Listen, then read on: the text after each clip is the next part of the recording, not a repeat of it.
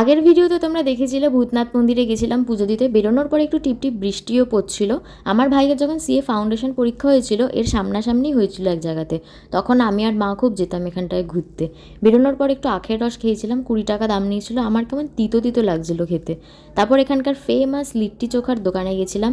আসলে আন্টি নিয়ে যেতে বলেছিল, তাই দেব টিফিন বক্স নিয়ে দাঁড়িয়ে আছে। এত ভিড় দেখে আমিও ভাবলাম একটু ট্রাই করে দেখি। পার পিস 5 টাকা করে ছিল। এর পাশে আবার একটা ফেমাস চায়েরও দোকান আছে, কিন্তু আমরা আর চা খাইনি, গ্যাস হয়ে যেতে পারে বলে। ওখানে গেলে যে কাউকে বললেই চিনিয়ে দেবে।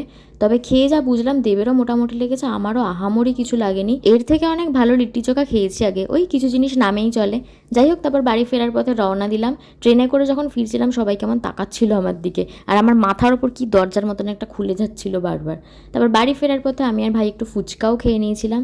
তো চলো, ভিডিওটা ভালো লাগলে লাইক করে দিও, আর সাবস্ক্রাইব করতে ভুলো না কিন্তু, তাহলে ভোলে বাবা এক্সট্রা আশীর্বাদ দেবে তোমাদের। তো চলো, আজকের মতো টাটা।